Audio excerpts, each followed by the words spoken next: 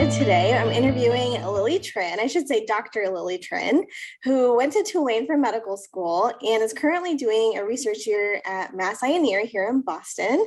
Um, she has way more in her background that I'm going to let her explain because there's just so much. But I actually met you on social media, so that's really where I got to see your story and everything. And she recently matched into ENT, so congratulations, Lily. But really, the main purpose of this interview was to shed some light on dual applying because I really feel like everything is getting more competitive. And I think dual applying is going to become much more common. And I think if we can help medical students do this more effectively, everyone will be happier and get into a position that they are wanting. So without further ado, Lily, welcome to my channel. And I will let you kind of introduce yourself and tell us a little bit about you. Yeah, thank you, Yasha, for having me. I'm so thrilled to be here and glad we connected through social media. So, like she's mentioned, I went to school at Tulane. I'm originally from California, though, so grew up in SoCal and went to UC Irvine for undergrad, where I majored in biological sciences and got involved in research very early on there. So I was always very interested in research and did a lot of research also at Tulane, and then applied to ENT actually last year and didn't match my first year. So then I went on to do a research fellowship at Harvard with a very well-known thyroid surgeon. So it's been an amazing experience. And then I reapplied into ENT this year, but I actually dual apply both to ENT and anesthesia, which is definitely what we'll be talking about today. And really happy to have matched this year. So very excited to talk about everything that I've learned through this year of applying. It's so exciting. I mean, I guess just briefly, like, how did you find your research year? Mm-hmm. Yeah, that's a great question. So my fiance was going to be in Boston for his master's program at Harvard. So for me, when I was considering taking my research year, I knew I wanted to be in Boston if possible. That way I could just have his support through this like very difficult time. So what I did is I reached out to different programs in Boston and I just emailed all of the ENT departments in Boston and just asked if anyone was looking for help with research. And so that's kind of like how I started. And then specifically at Mass Eye and Ear, I actually had a connection with the current PI that I'm working with now. So I actually did research with him as a medical student in my third year. So I had a paper published with him, I think it got published in March, actually, like when I was reaching out. So that worked out well. So had that prior connection with him and then just asked him if he was looking for any research assistance, and he was. And so that kind of is how it worked out there. So yeah, just through a lot of emails though. I always tell people just cold email people. You never know like what will stick, and networking always helps. So yeah. in terms of like the decision to dual apply, obviously last year you didn't match. So I feel like that was probably one of the motivators for you. Was there any other reason, or like who did you talk to about like the possibility of dual applying? Were you pretty transparent with your mentors, or was that something that you kind of told them later on, I guess? Yeah. So I feel like as a reapplicant, first off, you don't have that much time between like now, like March-ish versus or until when you have to reapply in September. So it's really only 6 months. So for me, I feel like the time went by really fast and I wasn't really considering it like as I was approaching the ERAS like application cycle. It wasn't until like I was thinking about asking my letter writers for their letters, then I was like, wait, maybe I should dual apply. It was kind of always been in the back of my mind, but I never like really considered it. And I would say like the idea came about because I did talk to a few unmatched students from last year who also applied to ENT, didn't match, and then dual apply into anesthesia. So that's kind of like where the idea was like in the back of my mind. But again, I didn't really plan for it. So I didn't do any like anesthesia way rotations. I didn't do like any even anesthesia rotations like at Mass Eye and Ear. Like I guess I could have like shadowed an anesthesia, perhaps looked for a letter with an anesthesiologist, which I think would have helped my application probably more. But again, it was very last minute for me. I think like 2 months out before ERAS, I was like, oh, great, I have to get like separate letters. So yeah, I did get separate letters from the ENT surgeons that I worked with, who wrote me, like they wrote me a separate ENT letter and a separate anesthesia letter. Okay. But yeah, that's like kind of the gist of it and how I like thought about dual applying. Yeah, no, I think a lot of people are kind of in that situation where you're getting close and then all of a sudden you're like, "Oh, okay, maybe I should, just dual apply." And you kind of have to pull the trigger at that time. And it's kind of Yeah. reassuring to know that you didn't actually do any other rotations, because I have a feeling a lot of students will be in that position, especially if it's a late decision. You just don't have the time. Do you feel like it would have helped you make your decision if you had done a rotation, or it was more just like, I have to dual apply, so it doesn't matter?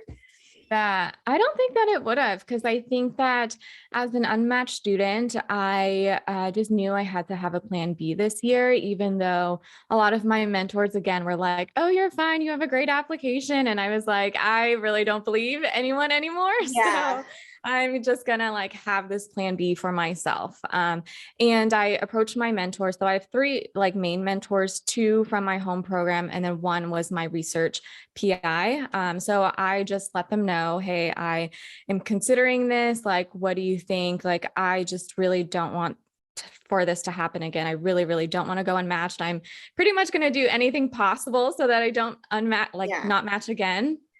Right. And they were very receptive to that. They were very understanding and was very supportive. So I'm very happy that that was the case. And it seems to not like really impact their decision to like for me as an applicant, because I ended up matching at my home program. So, it ended up being fine. No, that's really good to hear. I think a lot of people also are probably nervous to like disclose that information, especially if you're applying to your home program. So it's kind of Exactly. nice to Yeah. hear that you did and it was still all fine. Yeah. Yeah. I think a Yeah. lot I of, think it, oh oh, no, go sorry, ahead. go ahead. I was just going to say, I think that if you approach it, just saying, framing it in a way that's like, I'm really nervous about the match and how low the match percentage is because I'm applying to a really competitive field. Mhm. And just like talking about it in that way and presenting to your mentors in that way, I think it's understandable versus saying like, oh, I'm in between two specialties and I can't decide which one I want to do. That probably sounds like you're not committed to a specialty. So I think like saying it in that way probably is helpful. That's really, really good advice. I think a lot of program directors, I don't know if that's true or not, but like people like look down upon like, oh yeah, you're not committed. But I think, yeah, if you Yeah. reframe it that way as more of like you're doing what's best for you and you still are committed to one, but like you don't want to not match.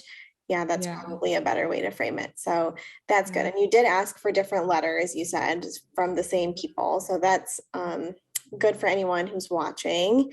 In terms of your personal statements, I assume you wrote two separate personal statements for both. Mhm. Um, how different were they? Were they like completely different, or were they essentially kind of the same with the different like context in the at the end? You know how we all do that at the very end, change a couple sentences. I would say they're pretty much different. So like so as an undergraduate student, when I got involved in research, it was actually anesthesia research, which I never knew would like actually end Nice. up helping me later on. So that's what I included in my anesthesia personal statement.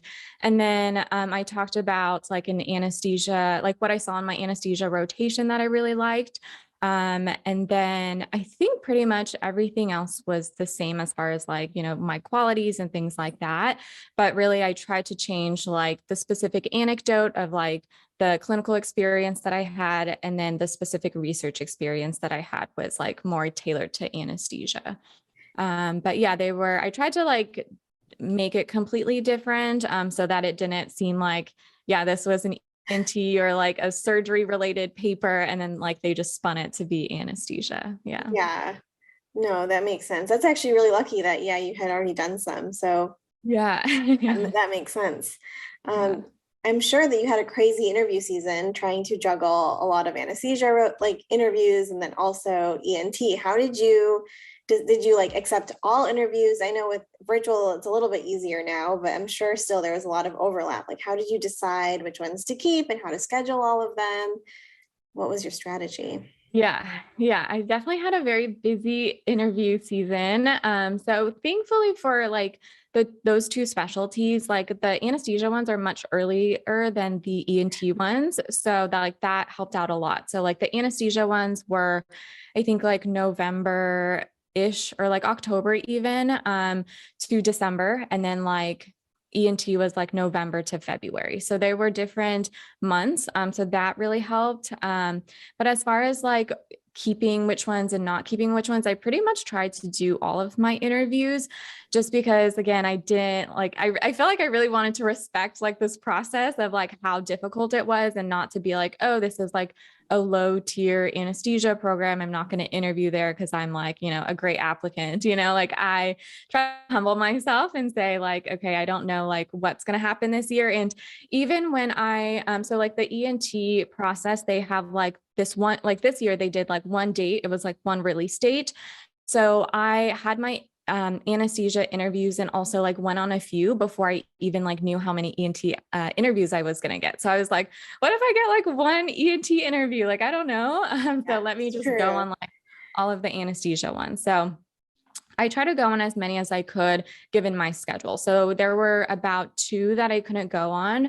But overall, I went on 8 anesthesia interviews and then 16 ENT interviews. Okay, so 24 total. That's, oh, I'm sure you were A like lot. talking about yourself by the end of it. Yeah. Oh my gosh, that's a lot of interviews. But okay, so that makes a lot of sense in terms of just trying. Yeah. And actually this year I think anesthesia was more competitive. So it's probably, I think everyone just needs to go on a lot of interviews from now on. Like it's really hard to tell what's going to happen every year. So that's awesome. In terms of like how you ranked, I know that for you, ENT was really your main goal. So I could guess that you were going to rank all ENT and then all anesthesia, but what strategy did you use to rank? Yeah. This was hard. And I went back and forth with it a lot, like as I was interviewing, because when I was interviewing, I'm just seeing like these, like, cause I got a few like top tier anesthesia program interviews. And I was just like, wow, it would be so amazing to be here. Yeah. And I was just very inspired. Like anesthesia is a great field. So that's why I really saw myself like as an anesthesiologist, as I like went through the process, and I like loved it more and more as I like went through all of the interviews. And so at the end of it, I was really confused on like what I wanted to do.